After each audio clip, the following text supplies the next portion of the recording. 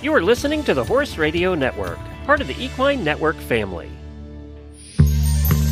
You're listening to the Stable Management Podcast, where we discuss the barn management topics that you're passionate about. Hi, everyone. Welcome to the Stable Management Podcast. Our goal is to bring you a real-world look into the parts of horse farm management that you love or hate most, such as stall bedding, farm equipment, and pasture maintenance. During each bi-monthly episode, we'll be joined by an expert guest who shares their experiences with and perspectives on an important stable management topic. I'm your host, Hailey Pfeffer, and my guest today is Dr. Shannon Pratt-Phillips of North Carolina State University. Thank you so much for joining me today. Hey there, I'm glad to be here. So our topic today is one that I think most people have dealt with at one point or another, and that's managing and feeding easy keeping horses. So could you start by just defining what easy keeper means for those who might not quite understand it? Sure. So we use the term easy keeper to describe a horse that has a lower metabolic rate and therefore tends to require fewer calories to be able to maintain their body weight. And so when they consume what might be considered a typical diet for another horse, they tend to gain weight relatively easily. A lot of people might say that they get fat on air, or they might have relatively low feeding rates and they just tend to gain weight. And it can be really difficult for people to feed and manage these horses so that they are able to maintain a more appropriate body condition. So is there a way to distinguish, or is there a difference between a naturally thrifty horse or one that's overweight due to how we're feeding it or managing it?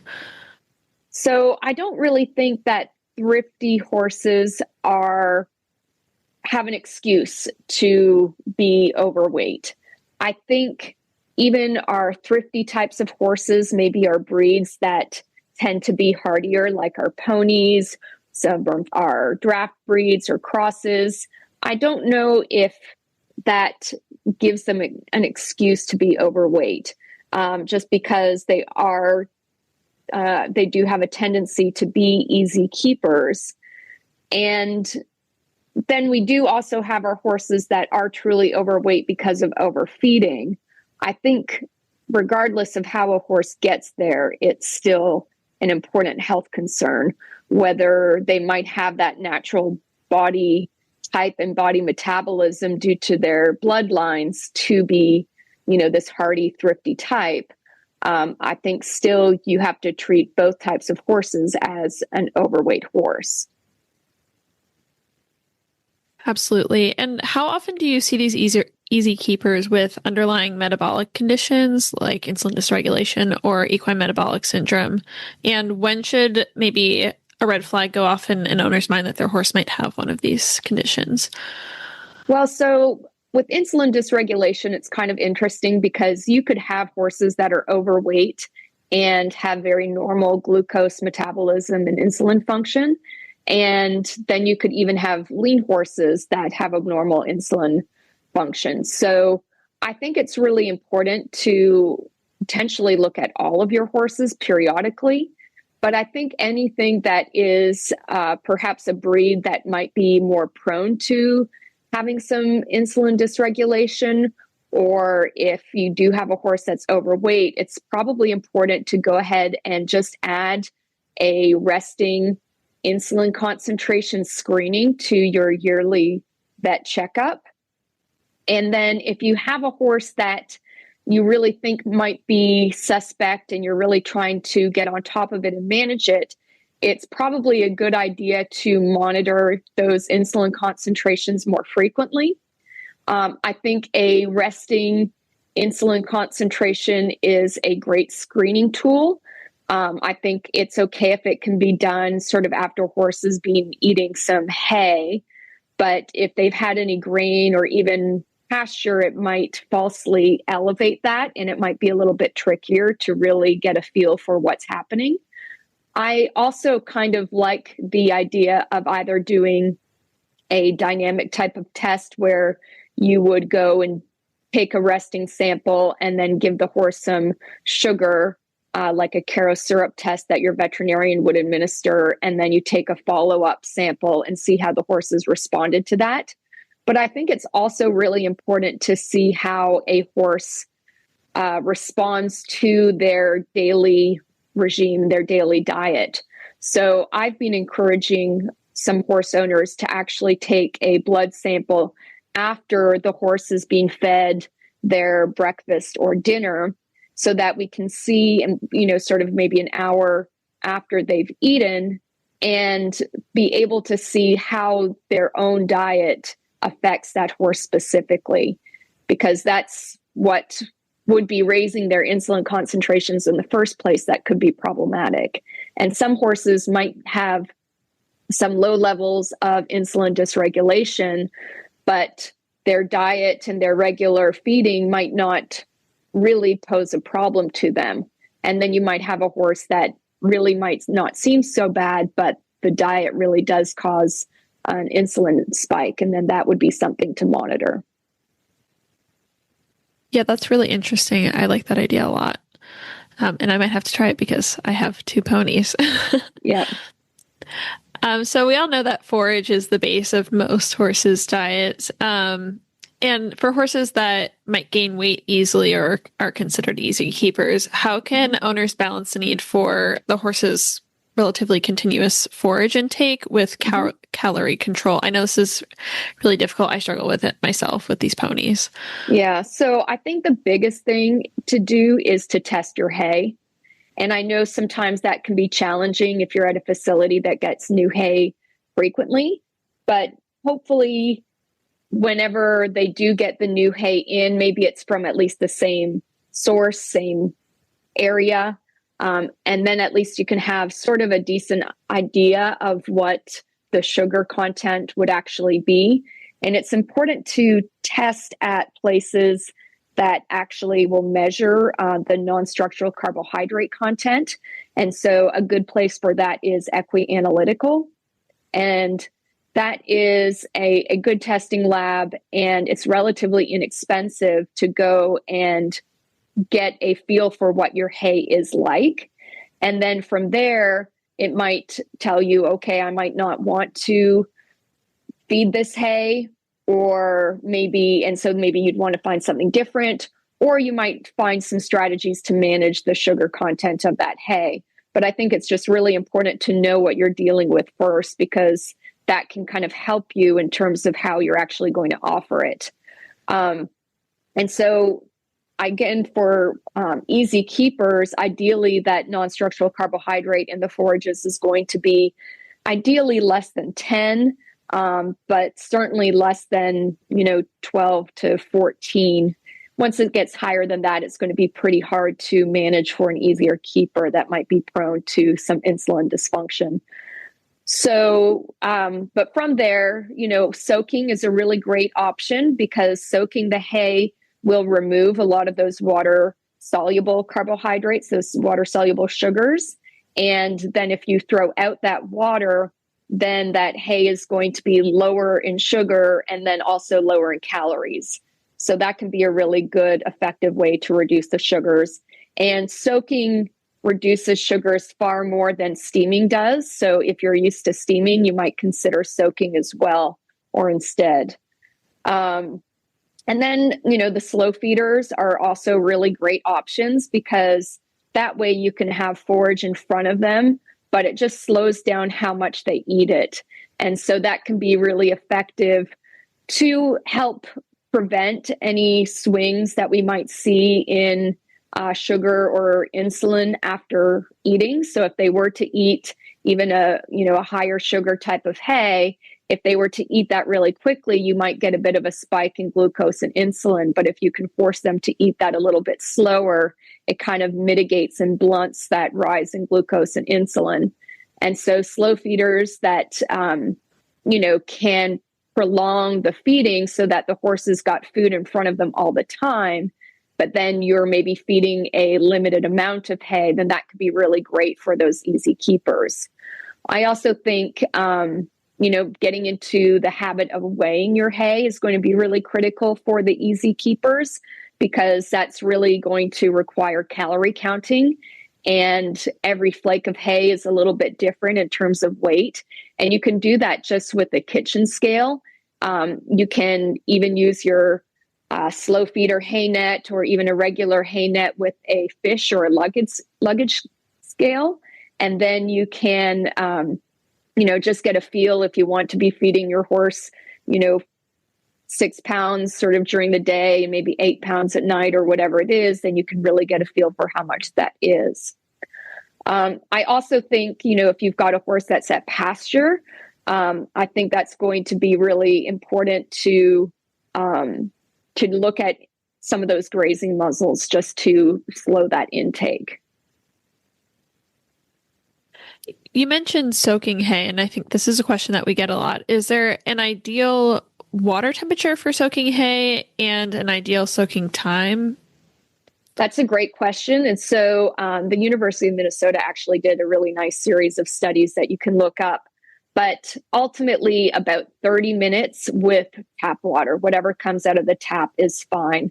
There doesn't seem to be a whole lot of difference if you increase the temperature of the water. And then if you start to soak it longer, you can actually start to leach out some minerals and things. So you might not want to do that. So just soak it for maybe 30 minutes and then pull it out. I mean, the goal is really to just reduce the sugars. So anything that you do is going to be better than just giving them the hay on its own, especially if it is slightly higher in sugar.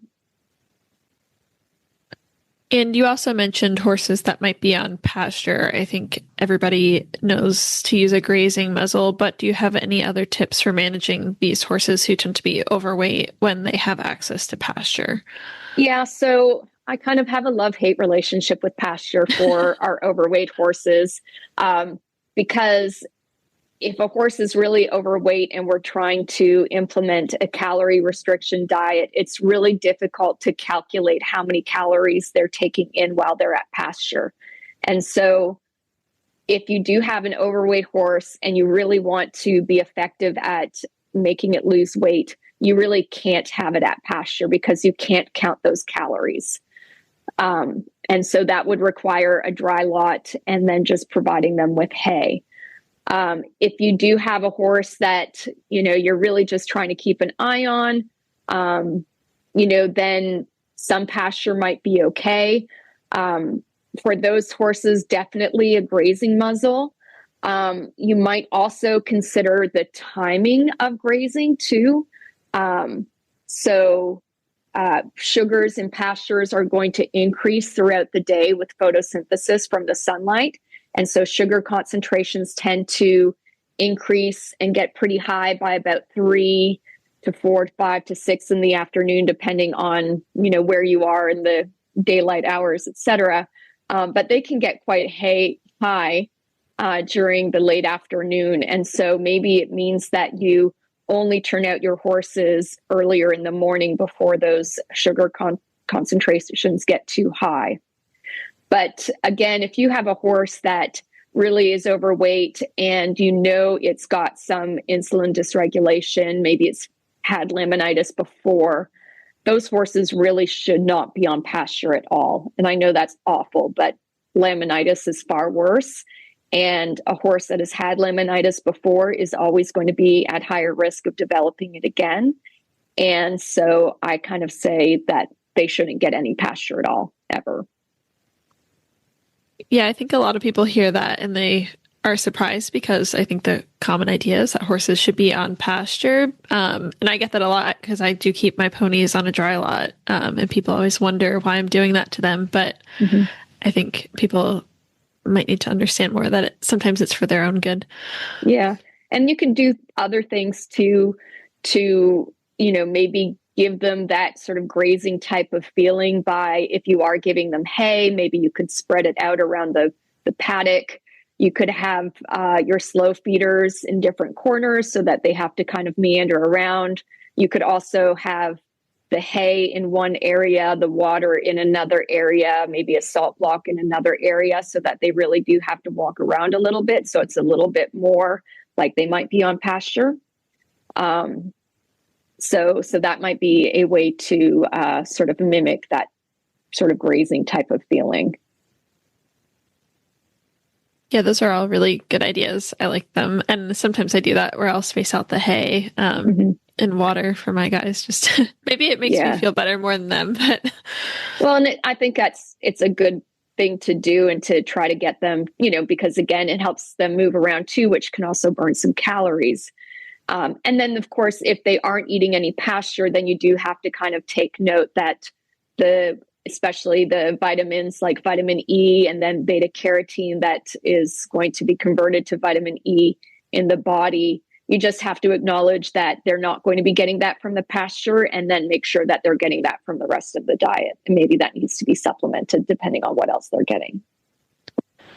That leads me perfectly to my next question for you, which is when we're restricting a horse's diet for weight control, how can we be sure that they're getting all the vitamins and minerals that they need? Yeah, so that's a great point. Again, if you test your hay and you know how much they're feeding, you can easily calculate how much protein the horse is getting as well. And then from there, it can help you make some really strategic feeding decisions. So if you have a horse that, and maybe you're feeding them sort of a lower quality hay on purpose so that it's actually got fewer calories per unit weight, it might also have lower protein content. And then you would probably want to, again, if you don't think the horse is getting enough protein in their diet, our ration balancers are really great tools. So ration balancers are basically just protein, vitamins, and minerals. And so they're fed at a relatively low feeding rate. So maybe your ponies might only require half a pound to 1 pound per day. Maybe your bigger horses might need 1 pound to maybe 2 pounds, depending on their exercise level. But it's a relatively low feeding rate. And then because of that, it's also going to, have fewer calories associated with that. And so those are really excellent types of feeds for our easy keepers. If you think the protein is okay, then you can even get away with just a vitamin mineral balancer. Or a supplement that doesn't necessarily have all of the added protein as well.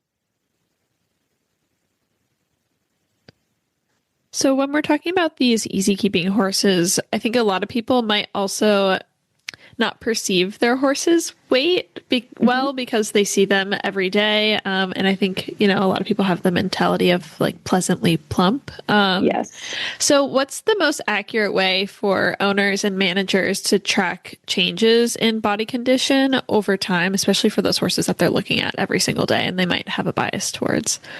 Yeah. So a couple of things along there in terms of body condition scoring, to me, I'm kind of strict, but there's no such thing as pleasantly plump. If a horse has a body condition score greater than a 6 out of 9 on the 1 to 9 Henneke scale, then I think that horse is kind of getting to be at risk for some issues. So I do like them to be at 6 or below. And I know it's really hard for people to look at their own horse and evaluate. So I think it's a good idea for a facility to kind of target maybe 1 or 2 people, maybe it's the trainer, maybe it's the owner, to be sort of in charge of doing body condition scoring and doing it maybe once a month. And I think it's important to take very good notes and actually write things down and even take photos over time. But make sure that whoever is doing it is actually feeling the horse as well, because you can really get to be quite good and critical, especially even within a single horse, to kind of know where they tend to carry their fat, whether they tend to carry it across the crest of their neck or along their ribs or over their tailhead area. And so by getting used to feeling that kind of fat and where it is and where it might be going away, hopefully, I think somebody who has that practice can really develop that eye better, and only doing it once a month can help them sort of be a little bit more objective about doing it. I also really encourage horse owners, or again, sort of a targeted person, to take measurements. And so you can do this with just even a measuring tape. You usually have to get sort of the longer ones that go up to 100 inches. But if you have one of these, you can do a belly girth circumference. So that would be at where the horse's umbilicus is, and do a vertical, tape around their abdomen. And then you could also do one at the traditional heart girth area.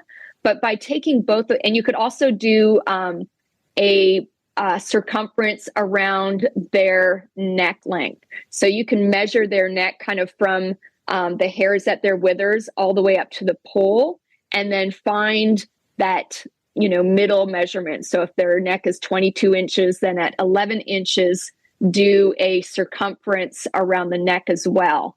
And then you've got values that you can track over time and might be a little bit more telling than just by looking at body condition score and looking at pictures. So we're coming to the end of our time, and this brings me to my final question for you, which is, what are some common mistakes, management or feeding wise, that you see people make with these easy keepers?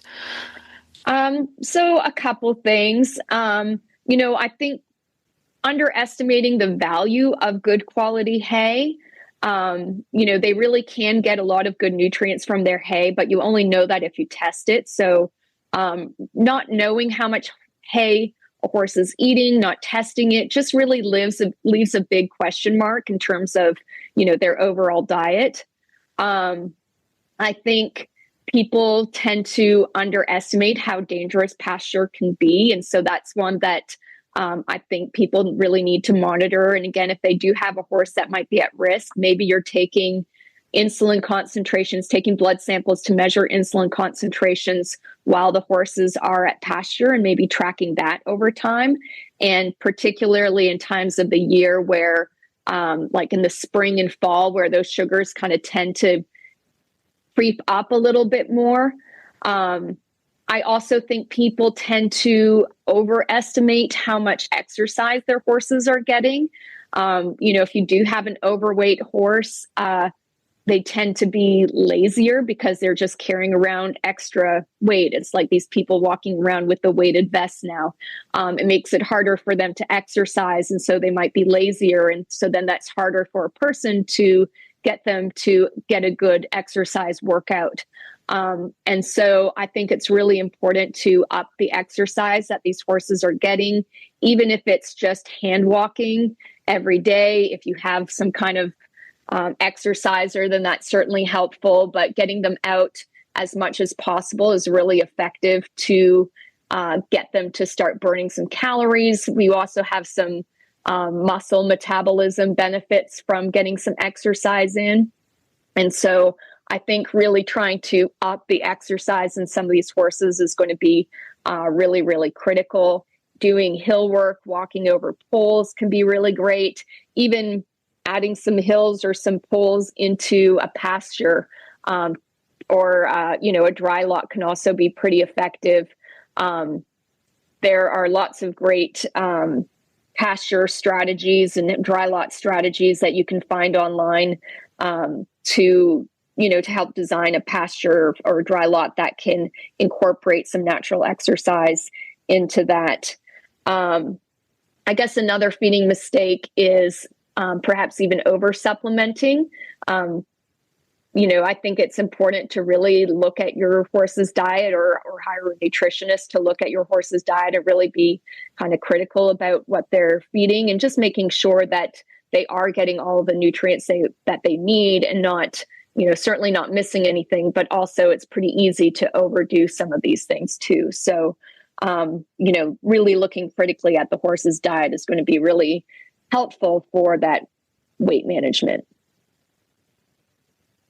I really like that you mentioned how simple some of the exercises can be. I think a lot of people might overthink it a little too much. And, if I'm not exercising the horse for hours every day, it's not worth doing. But it sounds like you can make it relatively simple and make it work for whatever kind of setup you have at your barn. Yeah. And I think even if you have a horse that might have had some laminitis and maybe it's not sound enough to go off and trot, if it can walk, you could, you really incorporate some hill work.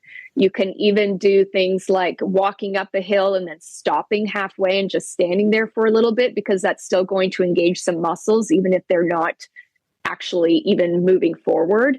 And you can do that going up and down a hill, stopping on the way up, stopping on the way down. And, again, even walking over poles, just trying to encourage a little bit more muscle use, even as they're just walking. And then even as you're preparing to get on, you can do some stretches and things like that will engage some muscles and, still burn a few calories and still be really good for these guys. Well, that's all the time we have for today, but it's been great talking with you. Thank you so much for joining me. You bet. Thank you so much. And thank you all for listening today. Please remember to like this podcast, subscribe, leave a review, and recommend the Stable Management Podcast to a friend.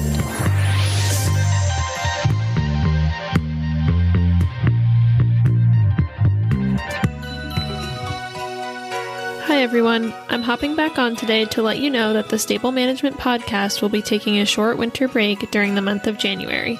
We'll be back with fresh episodes, new interviews, and plenty of real-world tips starting February 1st.